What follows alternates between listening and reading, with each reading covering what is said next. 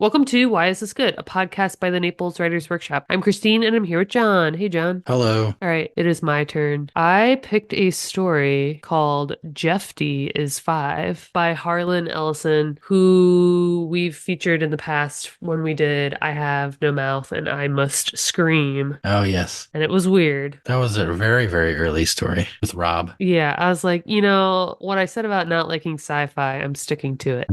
It was a weird one. This one's not quite sci-fi. Well, I found it through a list of past Hugo Award winners, and I can't remember if he was a winner or a honorable mention. I was clicking through the site that we actually included in our newsletter, and I was just kind of clicking through to see which one I liked. I think the Hugo also goes to fantasy. Yes, it does. And so I don't know which category or whatever. Maybe this is what they're considering fantasy. But I liked that it was a kid, so I ended up picking this one. Hume denied the existence of an absolute space in which each thing has its place. Borges denied the existence of one single time in which all events are linked. Jeffty received radio programs from a place that could not, in logic, in the natural scheme of the space-time universe as conceived by Einstein, exist. But that wasn't all he received. He got mail-order premiums that no one was manufacturing. He read comic books that had been defunct for 3 decades. He saw movies with actors who had been dead for 20 years. He was the receiving terminal for endless joys and pleasures of the past that the world had dropped along the way. On its headlong suicidal flight toward new tomorrows, the world had raised its treasure house of simple happinesses, had poured concrete over its playgrounds, had abandoned its elfin stragglers, and all of it was being impossibly miraculously shunted back into the present through Jeffty. Revivified, updated, the traditions maintained but contemporaneous, Jeffty was the unbidden Aladdin whose very nature formed the magic lampness of his reality. And he took me into his world with him because he trusted me. We had breakfast of Quaker puffed wheat Sparkies and warm Ovaltine we drank out of this year's Little Orphan Annie shake-up mugs. We went to the movies, and while everyone else was seeing a comedy starring Goldie Hawn and Ryan O'Neal, Jeffy and I were enjoying Humphrey Bogart as the professional thief Parker and John Huston's brilliant adaptation of the Donald Westlake novel Slayground. The second feature was Spencer Tracy, Carol Lombard, and Laird Krager in the Val Lewton produced film of Lenigan versus the Ants. Twice a month we went down to the newsstand and bought the current pulp issues of The Shadow, Doc Savage, and Startling Stories. Jeffy and I sat together and I read to him from the magazines. He particularly liked the new short novel by Henry Kuttner, The Dreams of Achilles, and the new Stanley G. Weinbaum series of short stories set in the subatomic particle universe of Renderna. In September, we enjoyed the first installment of the new Robert E. Howard Conan novel, Isle of the Black Ones, in Weird Tales, and in August we were only mildly disappointed by Edgar Rice Burroughs' fourth novella in the Jupiter series featuring John Carter of Barsoom, Corsairs of Jupiter. But the editor of Argosy All Story Weekly promised there would be 2 more stories in the series, and it was such an unexpected revelation for Jeffy and me that it dimmed our disappointment at the lessened quality of the current story. I wanted to read a section that captured the kind of crux of the story, which is whether it's sci-fi or fantasy, what it asks you to do in order to enjoy it is to suspend your disbelief and just enter the world. And I wanted to read a section that captured just the pure joy that it was. Oh, yeah. To imagine what this could be. I love stories with kids where they are protagonists, where they're young. Jeffy is 5, and 5 is pretty young. Yeah. It's not 7. You know what I mean? It's not even 6. Yes. Like 5 is like you're having conversations, but they don't make sense yet. And so even Jeffy is at an age where you couldn't explain to this kid if he wanted to the fact that what he's able to do in the world that he lives in is rare and special. He's able at that age to take it for granted. Unfortunately, I don't know that that's like the spell that's lifted by the end. I think the spell that's lifted by the end is a little different. You know what I mean? I would have liked if it had been more directly tied to like his naivete. Instead, it's like we break the Jeffy spell by introducing him to like color TV.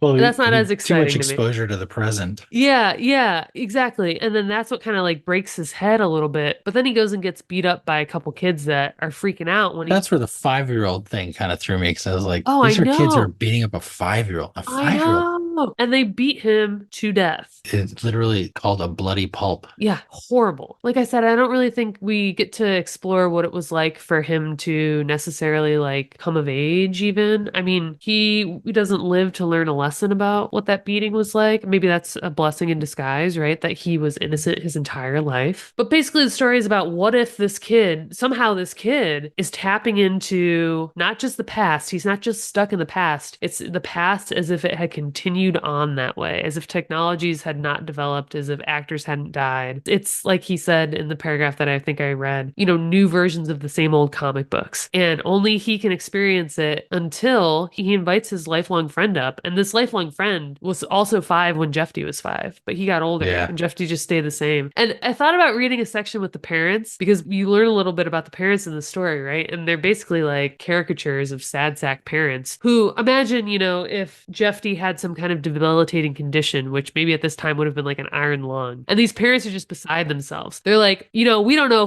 if we're happy with Jeffty or not. This is a miserable way to live. And at first you're kind of like, you guys are terrible. Like, wouldn't you want, like, of all the ages? I mean, he's out of diapers, but you can't really leave him alone. He's innocent, but he's sort of self-aware, right? It seems like such a precious, perfect age that if your kid had to get stuck, it's better than 16. It's better than 1. Yeah. He's sleeping through the night and he still loves you. But these parents are just so frustrated by it. They're like, it'd be nice to leave the house and they expected to be retired or vacationing, but They're trapped in the same way that Jeffty is trapped in yes. this moment, but they're trapped knowingly. They know they're trapped. They can see the rest of the world moving on, and they're like, Right. but he's still Yeah. dragging us back here. Oh man, it makes me sort of hate the parents because, like I said, it could be something as debilitating as an iron lung where your child has no quality of life. And Jeffty does have quality of life. So anyway, they introduce the parents and things like that. But for the most part, we're like following along how this kid is in his own little bubble, and then suddenly his like friend is introduced to it, and his friend is like, "This is incredible. This is wonderful. This is magical." And selfish of me because I get to go and work my job and live my life, but Yeah. I'm like indulging with Jeffty. I was so interested in it. Like I said, I wish that like the ending could have been more tied to like the loss of innocence versus the exposure to the real world directly. It kind of felt like the real world today, the modern world, and you can say this at any time you're living, is so much more dangerous than it was. I don't think that's the lesson here. Well, I think all his ruminations in the beginning part of this, we should talk about the structure of it later, but all of his ruminations in the beginning of it, where he's like, things that have been lost and like time changed the world and like all these things that I really liked when I was young are gone and like it's replaced by all this other stuff. It's like this same complaint that's been going on for millennia. He literally starts with like the Clark bar. He's like, they don't make Clark bars. I'm like, oh my Yeah. God, what is this about? But then he finds this, like, Jeffty has this connection with the past, right? One of the ruminations he keeps making is how the present kills the past. The present kills the past. And he keeps saying that. And at the end, present does kill Jeffty, right? He's exposed to TV. He goes to stand in line in a movie theater in the present time and he gets beat up and then he's brought back home. It's not specific that he died, but Yeah. like a lot of his kind of angst over like I should have taken him to a hospital and all these other things, you kind of infer that in any case, even if he lived, the past did not survive, right? This window into the past did not survive. So in a very literal way in this story, the present does wind up killing the past. Yeah. Which, that's kind of the emotional. I get what you mean about the ending. You want more to it in some ways, but I think he was just hitting that kind of literal beat, if you will. Right. I guess I thought like the window into the past that you're talking about, the strength of the window into the past was indicative of like Jeffty's health. It was like an effect of Jeffty. Yeah. Like he was the conduit or something. And like, anyway, yeah, I know, I get what you're saying. That might be along the lines of like, whose story is it, right? Is it the narrator's story or is it Jeffty's story? Like who seems like it should be the narrator's story. And to wrap up his kind of arc, you want that more of what you're talking about. But if it's it could also not necessarily be a character's story, but more of an idea story, in which case the idea gets wrapped up by Jeffty's ending and that portal being closed. Yeah. I guess the narrator narrator's the only dynamic character in the story. Jeffty is 5 and will be 5 and dies 5. You know, he doesn't even, like I said, experience the loss of innocence on the page. He doesn't get to survive this beating and think that was weird. And he doesn't even get to comment on what he's seeing on the television when it literally breaks his brain. We don't really get to understand what he understands in that moment. So it's got to be the narrator. I mean, every character in this story besides the narrator is totally flat and like Yeah. static. Even Jeffty. Jeffty is just the one thing Yeah. throughout. Most of the story is just the narrator kind of, bouncing off of Jeffty, who remains static, except for the tragic ending. Yeah, like maybe this is a stretch, but it's like Cathedral, where the guy's blind. He's blind at the beginning, he's blind at the end. He didn't suddenly become poetic and like insightful, but the visitor to the story who experiences the change is the one that, kind of comes into it. And he's not that the blind guy's he's not a flat character, but he exists, like you said, to be this foil. Yeah, it's the two of them working together that creates that. Like it changes the character, like Yeah. gives him a revelation of a certain kind. So Jeffty and this guy in Cathedral, they feel like good. They don't need to have any kind of dynamic shift because they are good. They are innocent. Like they've achieved this higher, and so the fact that they exist as foils doesn't necessarily make them flat, but that's their purpose. They're like a device, right? Yeah, almost narrative. The point of the function. story, but yeah. So I guess it's the narrator's story and, whatever he takes from it. It reminded me too, just like overall, I can't remember the name of it. And this goes back to what we were talking about off camera, where it's like, would I remember it if I called it my favorite story? But that Paper Tiger one. Paper Menagerie. Okay, so the Paper Menagerie story feels similar in the sense that there's an element of sci-fi or fantasy, and it's directly linked to when and how you believe in these things. I talked at the beginning about, as a reader, having to kind of like suspend your disbelief, but there's an element where the narrator themselves is suspending their disbelief. So this narrator, he too is kind of like, stick with me. I don't understand how this happened. And that's like the section that I read. I don't understand, but I do want to explain what my kind of takeaway was from it, And there's something really cool about a story like that. Anytime I've ever said that I didn't initially like sci-fi and like fantasy, things like that. And then like,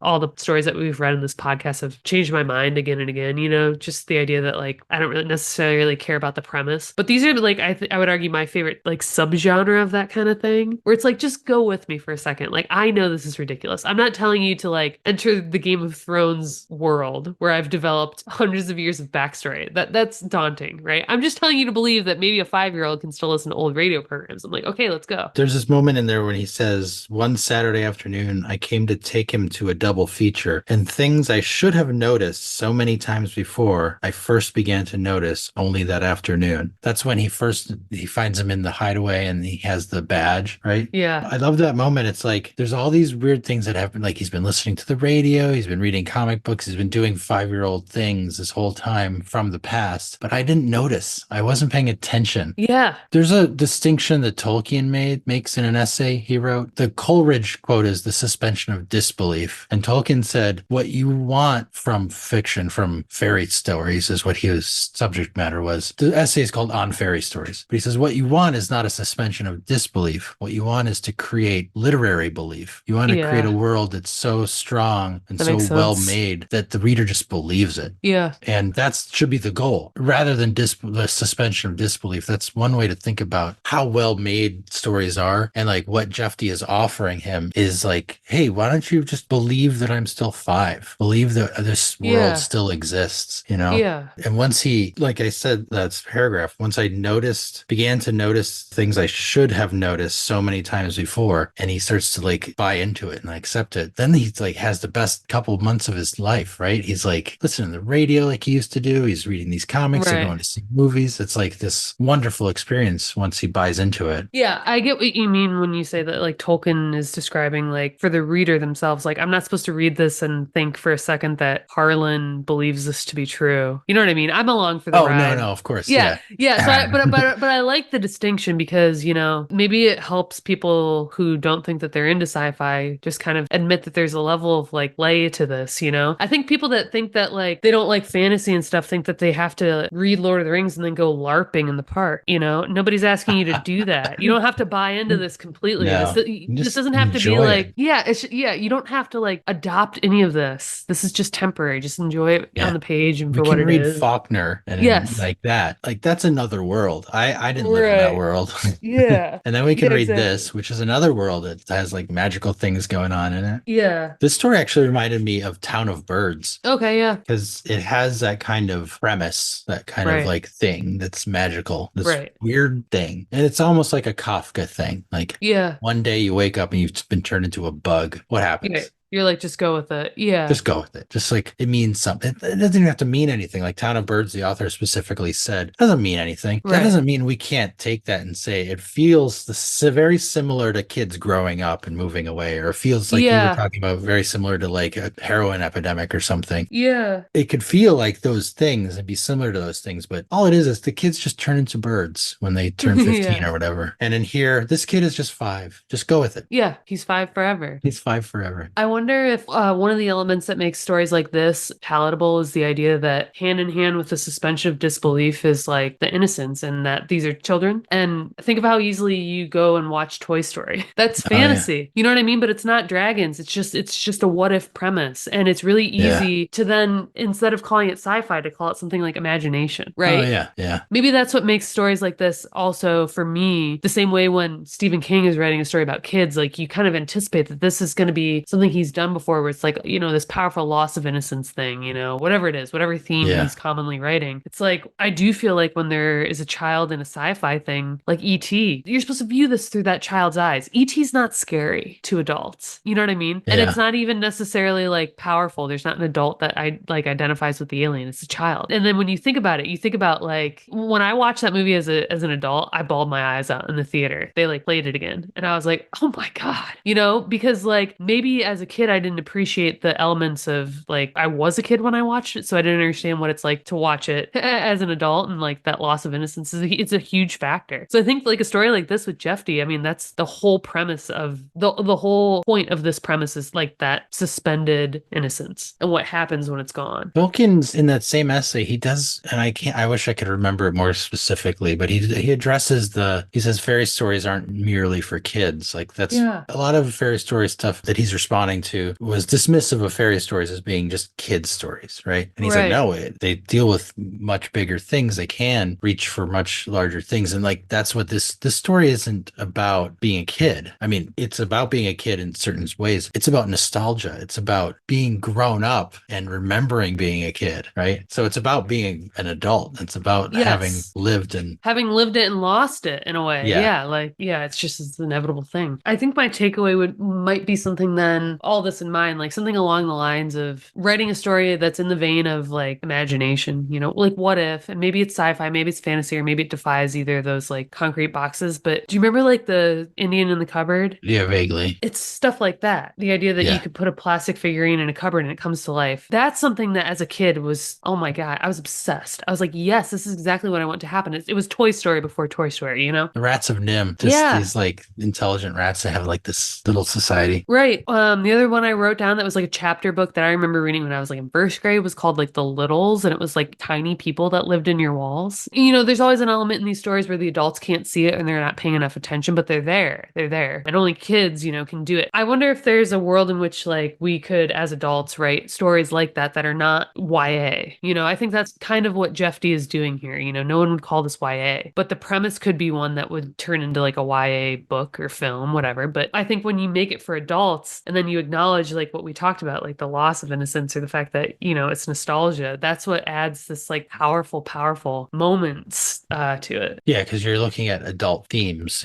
kids, Yeah. even YA, what does YA target? Teenagers? I don't know. Right? Whatever it is. They don't have that. It's not the same as being like 30 or 50 or whatever. Yeah. So it's like writing about kids for adults. That's my takeaway. It was one thing about kids' stories and even YA stories to a certain degree is like the adults can't solve the problem. Right. For some reason, kids have to solve the problem. That's also a Stephen King thing, kind of. Yeah. Yeah. But that's the kind of like the basic foundational premise of any kid story is like the adults have to step back because it's a story about kids. Right. And there's a narrative reason they can't do it. There's just a unacknowledged assumption because of the genre that they can't do it. But whatever it is, the kids have to save the world because the adults won't do it. And I think one way to think about making like a kid's story story for adults is to bring the adults back into it, right? Yeah. It's like a story about being a parent. It's about kids, but it's the parent's point of view. So Right. it's not then a kid's story anymore, even though it's about kids. What is your takeaway? Oh, yeah. I know I've had this takeaway before. I think I had it when we did the Bartlemy story, the first one that Rob brought in about the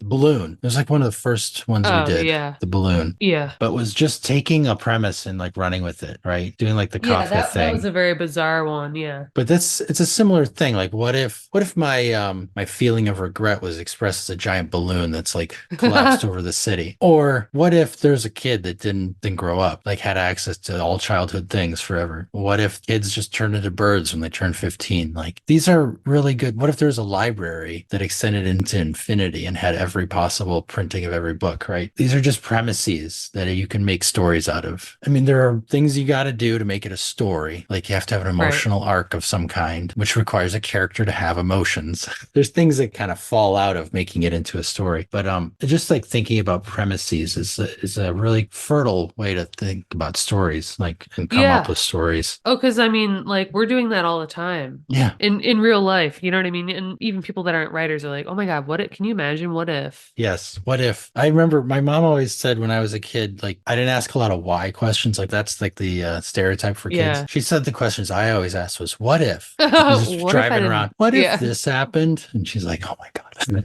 Yeah.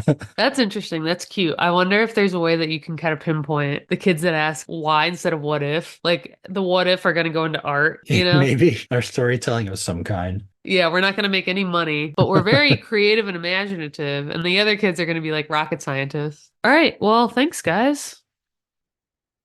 If you enjoyed this episode, consider joining our Patreon. Your support helps us keep the show running. Find out more at patreon.com/whyisthisgoodpodcast.